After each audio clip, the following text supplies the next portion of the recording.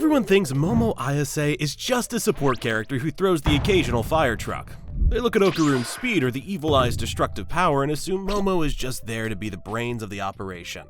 They're wrong. Her true potential doesn't just bend spoons, it bends reality. There is a specific form sitting at number 1 on this list that turns her from a high school schooler into a literal god. A power so broken the story had to seal it away just to keep the villains alive. Today, we aren't just listing her moves. We're ranking all 8 of her psychic abilities from basic to game-breaking, to show you exactly why Momo is the most dangerous character in the verse. Number 8. Spiritual Awareness and Memory Drive. Starting at the bottom of the hierarchy, we have Momo's innate passive spiritual awareness. This might seem basic, but in the world of Dandadan, this is the difference between life and death. While characters like Okarun needed to be cursed just to interact with the supernatural, Momo was born with the sight. She can perceive spirits, detect invisible barriers, and enter empty space naturally. Without this passive, she would have died in the very first chapter, when the Serpos tried to abduct her. But there's a hidden, often overlooked layer to this power: psychic memory resonance.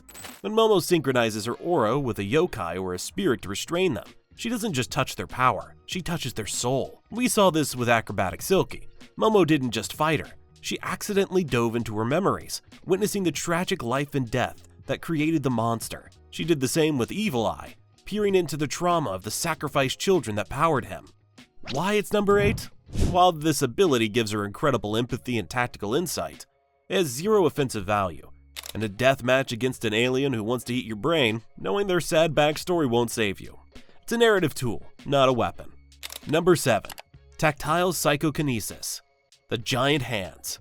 At number 7, we have Momo's bread and butter: tactile psychokinesis.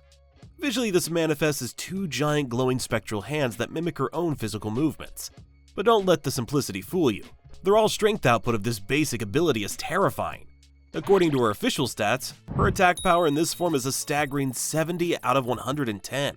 To put that in perspective, this is higher than most grade 2 curses we see in other series. The feats? Heavy lifting. She didn't just lift a car, she ripped a fully loaded fire truck off the ground and used it to crush the massive Shuchini-oko cryptid. That is tons of steel being moved with her mind like it was a baseball bat. Precision. This power isn't just a blunt instrument. In a critical moment, she used these giant hands to reach inside a body and perform a literal cardiac massage, manually pumping a stopping heart to bring someone back to life. That level of fine motor control, using giant ghost hands to manipulate a human heart without crushing it, is insane. Crowd control. Because the hands mimic her own, she can grapple 2 independent targets at once, slamming aliens together like action figures. The fatal flaw. So why is it number 7? Because of the nervous system link. These psychic hands aren't just energy, they're extensions of her body. If an enemy is strong enough to crush the psychic hand, Momo feels that pain as if her real hand was being crushed. If her grip is broken by a strong opponent, like the Evil Eye or a muscular alien, she takes massive feedback damage. It's a high-risk, high-reward ability.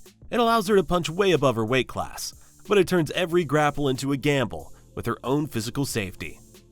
Number 6. Psychic Restraint. The Cage. When brute force isn't enough, Momo stops being a brawler and starts being an architect. This isn't just holding someone down like a telekinetic handcuff. It's weaponizing the entire city grid against you. Momo possesses what the databooks call great tactical intellect, and this ability is the ultimate expression of that. She doesn't just see a telephone pole, she sees a cage. She doesn't just see a guardrail, she sees a straitjacket. The feats. The Tsuchinoko Trap. This is where her genius shines. Fighting an invisible, subterranean monster is suicide.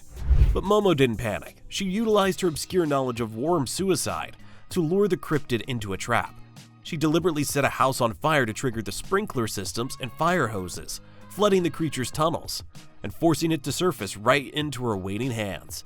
That's battle IQ at a level most shonen protagonists don't reach until the final arc.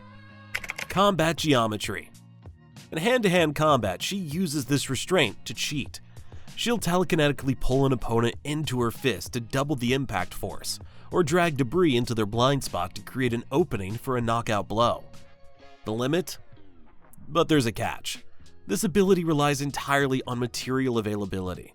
Momo's an improv artist. She needs props. If she's fighting in an empty field, a desert, or a clean white room, she has nothing to twist and nothing to throw. Her cage is only as strong as the materials around her. It's situational brilliance, but it's not a consistent win condition. Number 5. Psychic shielding, barrier tech. Offense wins fights, but defense keeps the series going, and Momo's shielding is the only reason the main cast hasn't been vaporized 10 times over. According to her official stats, her defense power is a perfect 100 out of 110, her highest stat besides potential. This tells us one thing: Momo is a tank. She can condense her psychic aura into physical barriers capable of tanking attacks that would level city blocks. The feats? The repulsion blast. This was a game changer.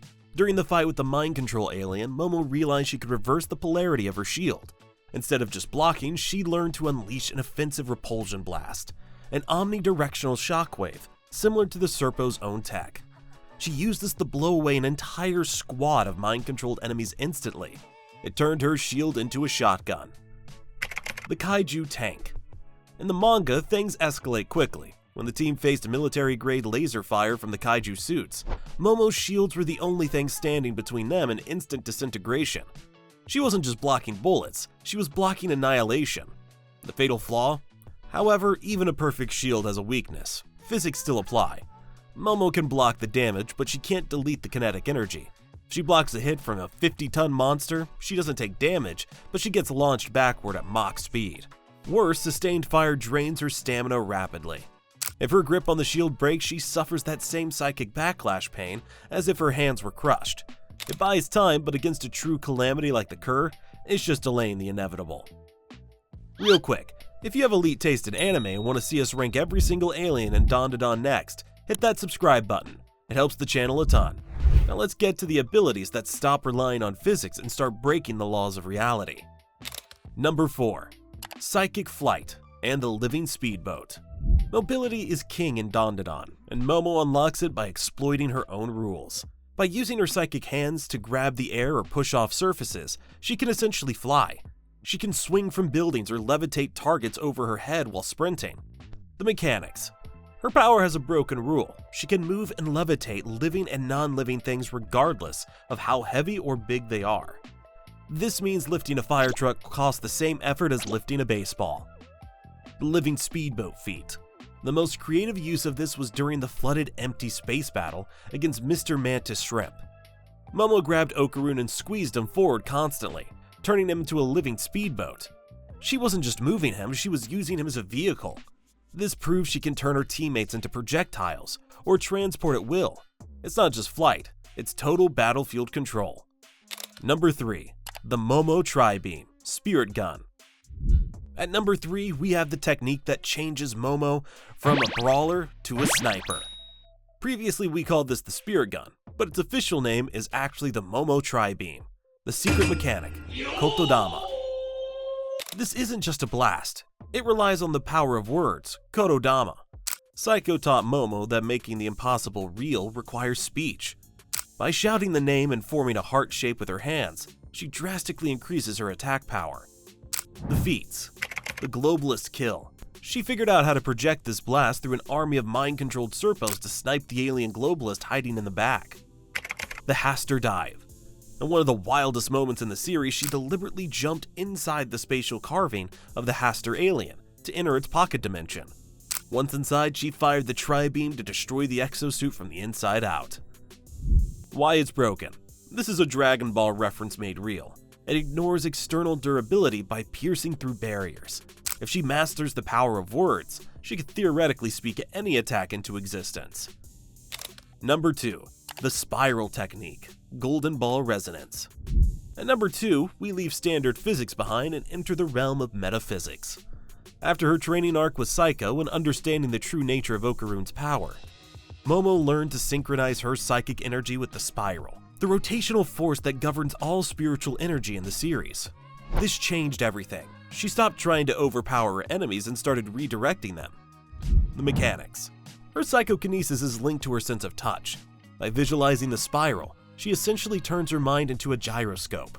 She isn't just blocking, she's redirecting the vector of the enemy's force back into the void. The feat. She used this to deflect a full power barrage from the Evil Eye, a creature powered by the infinite grudges of sacrificed children. Before this, the evil eye was an unstoppable force of nature. With the spiral, Momo turned his own momentum against him, parrying attacks that should have vaporized her. This technique represents Momo stepping into the realm of true mastery. She isn't just a brawler anymore, she's a martial artist of the mind. Number 1. Structural Reconstruction, Full Power Mode. And finally, at number 1 we have the God Mode I warned you about in the intro. This isn't just psychic power, this is reality warping.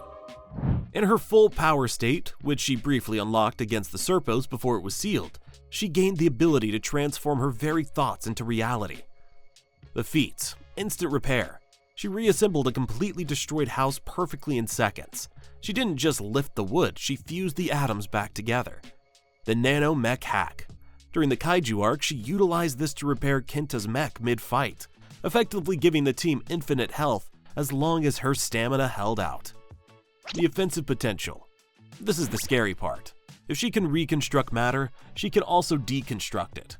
She can trap enemies by fusing them into walls, or theoretically, disassemble an enemy at the molecular level and reassemble them into a pretzel. Why it's number 1. The power moves her from psychic fighter to matter manipulator. It gives her control over the battlefield that rivals Raiko Kashima, or the Kur. It was so broken that the story literally had to seal it away to keep the stakes high, but Psycho confirms that with training, she'll unlock it permanently. When that happens, she becomes the undisputed strongest character in the series. So there you have it, from street brawling to literal psychic god. You think full power Momo could beat Turbo Okaroon? Let me know in the comments down below. And if you want to see Okaroon's forms ranked to see who really wins, click this video right here. Peace.